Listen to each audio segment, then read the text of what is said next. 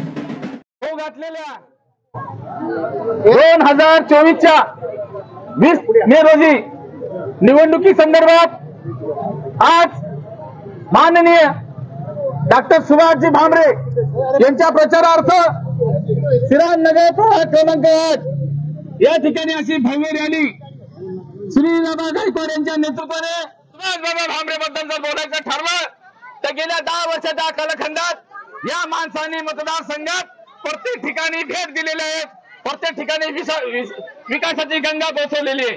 म्हणून खासदारांचं जे काम असतं ते त्यांच्या पाठोपाठ केलेलं आहे। म्हणून खासदार काही नगरसेवक आणि ग्रामपंचायत सदस्य सारखे काम करू शकत नाही। 6 तालुक्याचा मतदारसंघ 24 लाख मतदान असतात। म्हणून 10 वर्षाच्या कालखंडात विरोधकांना टीका करण्यासाठी कुठली पार्श्वभूमी राहिली नसल्याने विरोधक टीका काय करतात ते सुभाष बाबा भामरेंनी काय केलं। अहो मोदीजींनी जेवढ्या तुम्हाला योजना पोहोचवलेल्या आहेत त्या योजना पोहोचवल्या कोणाच्या जीवावर? जेव्हा 300चा आकडा पार होतो तेव्हा संपूर्ण योजना भारतासाठी तुम्हाला दिल्या जातात। म्हणून तुम्हाला सांगायचं तात्पर्य असेल, ज्यांनी कोणी जर विचारलं असेल की आमच्यासाठी मोदीजींनी काय केलं, मी तर या पलीकडे जाऊन सांगतो, भारतातला असा कोणता मायकाला नागरिक आहे त्यांनी दाखवून द्यावा की मी मोदींच्या योजना घेतलेल्या नाहीयेत। मोदी सरकारने धान्य देखील गोरगरिबा लाभार्थ्यांसाठी फुकट केलेले 1300 रुपयाप्रमाणे ज्येष्ठ नागरिकांचा पगार, त्या नागरिकांच्या मुलाबाळाला जेवढी काळजी नाही तेवढी केंद्राला काळजी आहे। तारीख होण्याच्या अगोदर आपल्या खात्यावर बॅलन्स पडले जातं। म्हणून सांगायचं तात्पर्य असं आहे की सुकन्या माध्यमातून अनेक लाभार्थ्यांना लाभ मिळालेला आहे। त्याच पाठोपाठ आज आपण बघितलं की शासन आपल्या दारीच्या माध्यमातून मालेगाव शहर तालुक्यात 12,000 कुटुंबांना 35 किलो धान्याचा मोफत वाटप या मोदी सरकारने केलेलं आहे। दुसरा आजपर्यंत कोणी केलेलं नाहीये। म्हणून मोदी सरकारने काय केलं याचं उत्तर शोधण्यापेक्षा आपण जाणून घ्या की समाजातल्या प्रत्येक घटकाला मोदी सरकारने आपल्या योजना दिलेल्या, आपले फायदे दिलेले आहेत। आपल्या सगळ्यांना ज्ञात आहे येत्या 20 तारखेला आपल्याला देशाचा पंतप्रधान निवडायचा आहे। तो देशाचा पंतप्रधान कोण होणार आहे? मोदी। नरेंद्र मोदी होऊ नये म्हणून कोण प्रयत्न करते? म्हणजे उमेदवार कोण आहेत? पंतप्रधानाचे 2 उमेदवार कोण आहेत? नरेंद्र मोदी आणि राहुल गांधी। म्हणजे तुम्ही जे मत द्याल ते तर नरेंद्र मोदींना जाईल आणि जर विरोधात मत दिलं तर ते राहुल गांधीला जाईल। याच्यात इथं शरद पवारने उद्धव ठाकरे पंतप्रधान होऊ शकत नाही। शरद पवारांची आता पूर्ण हयात गेली। त्यांनी आता ते स्वप्न बी सोडून दिलं. आता मागे हाताश येऊन ज्या दिवशी बारामतीचं मतदान झालं त्या दिवशी त्यांनी सांगितलं की येणाऱ्या काळामध्ये माझा उरलेला राष्ट्रवादी हा काँग्रेसमध्ये विलीन करावा लागेल. कदाचित तीच परिस्थिती उद्धव ठाकरेंची येईल.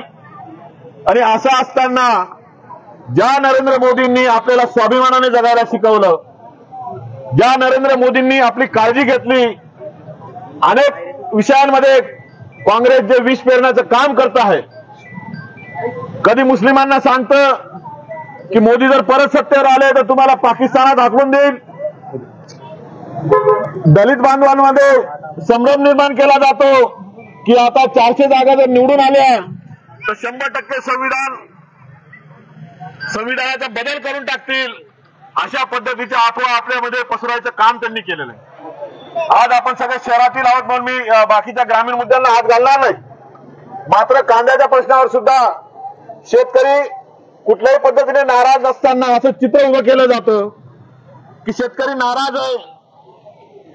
परंतु शेतकऱ्यांना दरवर्षी आता प्रत्येक शेतकऱ्याला 6,000 रुपये हे पेन्शन म्हणून दिलं जातं.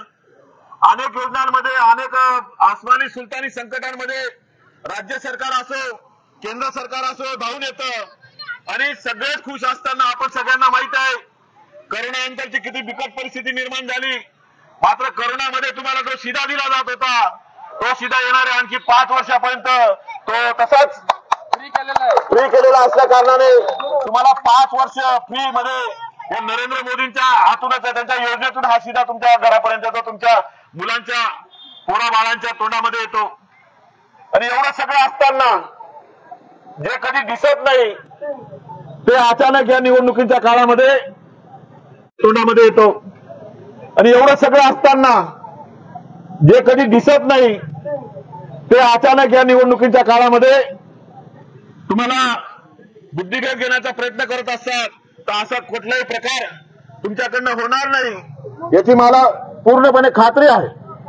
परंतु निवडणूक असली की प्रसार झालाच पाहिजे आणि खास करून बाकी ठिकाणी काही विषय नाहीत. मात्र धुळे मतदारसंघांमध्ये आपल्या सगळ्यांना माहिती आहे की या ठिकाणी मालेगाव मध्य आणि धुळे शहरामध्ये MIMचे आमदार आहेत. हे फक्त आपल्या चुकीमुळे हे 2 आमदार या ठिकाणी निवडून येतात. आज जर तुम्ही बघितलं, तुम्ही जागरूक नागरिक आहात, तुम्हाला सगळ्यांना माहित आहे आजकालच्या मालेगावच्या मशिदीमधून काय काम चाललेलं आहे. या मालेगावच्या मशिदीमधून नरेंद्र मोदींना हटवण्याचा, ज्याला आपण हे म्हणतो की कट कारस्थान चाललेलं आहे. या ठिकाणी घराघरात जाऊन असा प्रचार केला जातो की जेवढी लोक असतील तेवढ्याच्या तेवढ्या लोकांनी, म्हणजे 2,80,000 लोकांनी त्या दिवशी मतदान करावं.